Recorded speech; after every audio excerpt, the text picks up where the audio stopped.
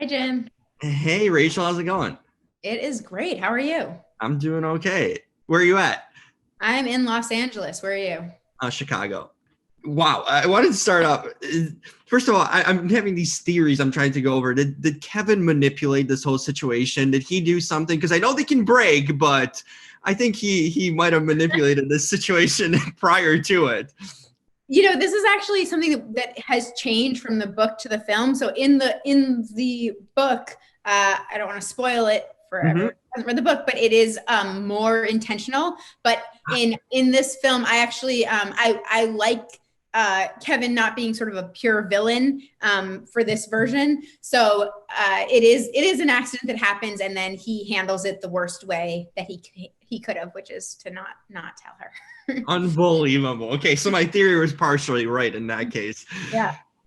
You mentioned a book. When you're basing something on a book, how many liberties do you take to kind of create your own, to make it more cinematic in a lot of ways and kind of a little bit alter what's in the book, or how much did you want to be honest to the book? Obviously, we were getting a little bit of a tidbit with the Kevin thing, but how did you approach it in that sense? Yeah, I mean, it's exactly what you said about finding the way to make it cinematic. So I think that the mediums are just so different between a book and a film that I feel so lucky to have this great source material. But then the writers, Jenny Hendricks and Ted Kaplan, who did both the book and also worked on the script, we're trying to serve the movie. We're trying to make the best film possible, not make a book version of the movie. We're trying to make a great film. So, Mm-hmm. so it's about finding the things that were more cinematic and making the whole thing feel really visual. And then also for me, when I came in and did some writing work with my partner, it was about finding the moments that I could relate to, or really bring in personal experience and bring in just touches that feel personal to me, so that I'm able to tell the story. Makes sense. One thing about this film that kind of struck me, it feels like an late 80s, early 90s movie. And I don't know if there's an intention to it, but just like in a modern setting, obviously, with modern ways. But it felt so many ways like an late 80s, 90s movie. Tell me if there's any inspiration for that, or I'm just like shooting to the sky with some I mean, I'm theory. going to take that as a huge compliment. uh, some of my references were Thelma and Louise and Mm-hmm. Planes, Trains, and Automobiles, which are both not from the last couple of years. And then I had some more modern references as well for some of the genre elements. So we had some Get Out, and we had some Mad Max Fury Road, some Fast and the Furious. I was able to draw from one of the things that I love about the movie and was exciting about making it was just how many different things I get to draw from, because there's so much that goes on in this adventure. Mm-hmm. Also, I just couldn't think, like, how did Veronica's character have to go all the way to Albuquerque? Like, I couldn't fathom the fact that, like, there's nothing in Missouri that she could have found in that sense. I mean, how much of it is like a real life kind of, obviously this is a scenario that kids have faced, like there's a lot of Veronicas in that situation too. How much of the real life aspect of teen pregnancy did you want to incorporate also, and kind of shine a light onto that kids struggle with this, they sometimes have no one to go and talk to you about this, like, doing it without maybe support of family and parents, because I see those elements in that movie. How much of the real life aspect were you trying to include into it? I like you was shocked that Mm-hmm. this is the case, that because she was under 18 and couldn't ask her parents help, that the closest place she could go was 1,000 miles away in Albuquerque. Literally, my writing partner and I, even though it was in the book, we still sort of double checked, because it just felt Right. so crazy in a country where abortion is legal, that the restrictions make it that difficult. So as someone who has had an abortion and who was lived in Los Angeles when I had it and had access, I was really grateful to have been able to get the medical procedure that I wanted. And Mm-hmm. I just so feel for people. We are having we're having making the journey entertaining and funny, but the point is that it shouldn't be this hard for anyone. And of course, the things that Veronica faces, some of them are totally wild, but the struggle of how hard it should be is the real problem, is the issue that I'm happy to highlight. And I think I think that that access should be, abortion access should be available to anyone who wants it. Totally. I feel like Haley, Lou, and Barbie, I mean, their chemistry here, if it's two different actors, I think this is a different movie in so many ways, or even switch one of them out. Like, their chemistry is vital together to make this work. How did you go about the casting process in that matter to get the two right actresses to really have that friend feel? You'd be kind of polar opposites, but have so many things in common, and just their personalities, the way they mesh, I just thought it was like so important to have them, because switch one of them out and I think it's a different movie. I couldn't agree more. I'm so fortunate to have the two of them. I've worked with Haley before. She starred in a movie that I made years ago, a little movie I made, and I've just been waiting for the right role for her. And so I knew that this movie, she would nail it. And it was also, it was great to be able to write with her in mind and do some work with her on the script and really make it the perfect thing for Haley.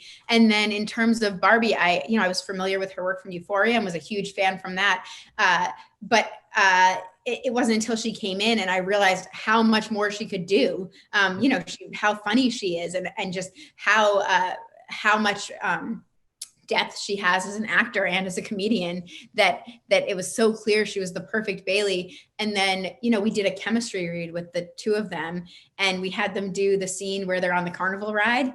And so they were, screaming and laughing and doing their lines, and it was magic. And it sort of felt very obvious that it had to be them. And, their on-screen dynamic is really mirrored by how much they got along in real life and how much they loved each other. And I think it's pretty rare, actually, to have two leads that sort of genuinely love each other as much as they came to very quickly. So I'm only grateful for that.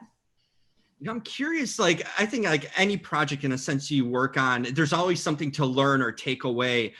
I'm curious, is there something from working on this film, either even on set or off set, or even like you mentioned, you have a somewhat similar story as the main character, at least you went through a situation like that. Did that kind of pop in, or these thoughts or ideas with your own experiences while you were working on a film? Yeah, it was really a special part of this film was that so many people involved, cast and crew and people who own locations, were empowered to talk about their abortions or their experiences with abortion. And that was something I hadn't thought about before and didn't expect. And then it became so much a part of the conversation with so many of our crew members and so many of our cast members. And it really gave me just a broader understanding beyond my own research and my own personal experience of just what people go through, and also how much people want to talk about this, and how it's not, because it's sort of stigmatized, people aren't empowered to talk about it. And then as soon as you give them permission to, they want to. So that was sort of a real pleasure. It was part of this film that I hadn't anticipated, and I'm grateful for. Mm-hmm. What sort of projects are you attracted to? Because I've seen your work previously, and it feels like you like the human element, the human connection. Like another Valley Girls, another movie that you've done too, that has a kind of a similar thing about love and just people sometimes trying to connect on various points in their lives. Are these sort of kind of messages you're attracted to really bring to screen, in a sense, these kind of the relationships of humanity and sometimes how difficult they are and how polar opposites could attract? Yeah, I think, I'm always looking for characters that I think are really interesting and really deep, and that I want to watch their story and their journey. But within that, I love films that aren't easily defined. So I'm looking for something that's character driven, but then has all these other great cinematic elements. I love directing different genres, and I love cinematography. And so both Valley Girl and Unpregnant had so many amazing opportunities to find interesting ways to shoot things in these really hyper designed locations, and really visual ways to tell stories, which is what I'm attracted to.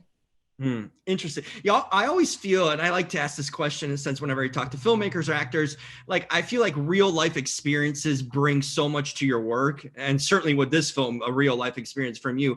What are some of your kind of like interests and hobbies outside of filmmaking, outside of the industry that you really like to go to either clear your head or just something to keep you kind of occupied on a daily basis? Or there's certain interests that you have that you go to all the time or Well, the unhealthy thing is that filmmaking is definitely my favorite thing, and that's can't what get away I from work. spend the majority of my time doing. And my other hobbies beyond that are my cat, Elizabeth, and nachos. I actually have a nacho Instagram, and my partner and I go and try nachos wherever we are and Instagram Really? them and review them.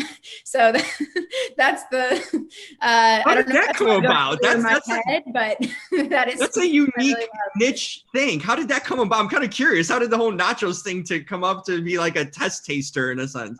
Well, I think the problem was that we were eating too many nachos and it felt unhealthy. And we were like, well, do we eat less nachos, or do we just legitimize the nacho eating by saying that we have an Instagram now? And so I think that's really how it started. Wow. And any spot you recommend or any type of good ones? Cause I mean, I'm a nacho person. Well, if you come to LA, yeah, there's so many good ones. Don't get me started. But La Chuperia near me has a really unusual nacho that they don't bake it. It's unbaked and it's actually giant and incredible. And I would strongly recommend. They have a real strong layering game at La Chuperia. Really? Yeah. Okay, I'll keep that in mind. I mean, I lived in LA. I just moved back to Chicago like a month ago, so I'll be back there again. So there you go. And finally, kind of wanted to ask you, going forward, I mean, in your kind of career, and you've done a lot of television directing. Is movies something that you want to step into more on a regular basis? Because it's a different kind of aspect of filmmaking. Working on a TV show, you do like 1 or 2 episodes, and you move on to next. What's something about kind of filmmaking that you want to get into more, maybe, or maybe even behind the scenes, certain things where you kind of see your career going in the next few years? I mean, I love making films because of how deep you get to go. It's something when the last 2 movies I've made, I've spent, a year to a year and a half living and breathing them and getting to really dig into every single element. You spend weeks just designing the sound. And so I love how deep I'm permitted to go and have time to go with filmmaking. So continue to do that. Fantastic. Well, hopefully we can get to see more movies and things get back to normal after, all this crazy year comes to an end. Hopefully there's only one way but up, going from here. That's the hope. That's right. Well, thank you so much, Rachel, for taking the time to talk to me. I really enjoyed the film. I thought it was just so super fun, and you mixing in so many different things into it and different messages and making it all kind of lively and relatable. I think that's where it comes to at the end, to relate to the characters, relate to the story in a non-polarizing way. And I think you did a tremendous job. I enjoyed it. Thank you so much. Thank you, Rachel. Hope to connect down the road. I like your film, so looking forward to more. Great, thanks. Bye-bye. Bye.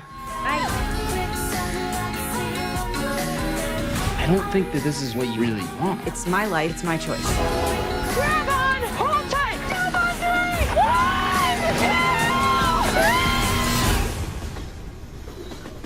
1, 2! Trees go fast.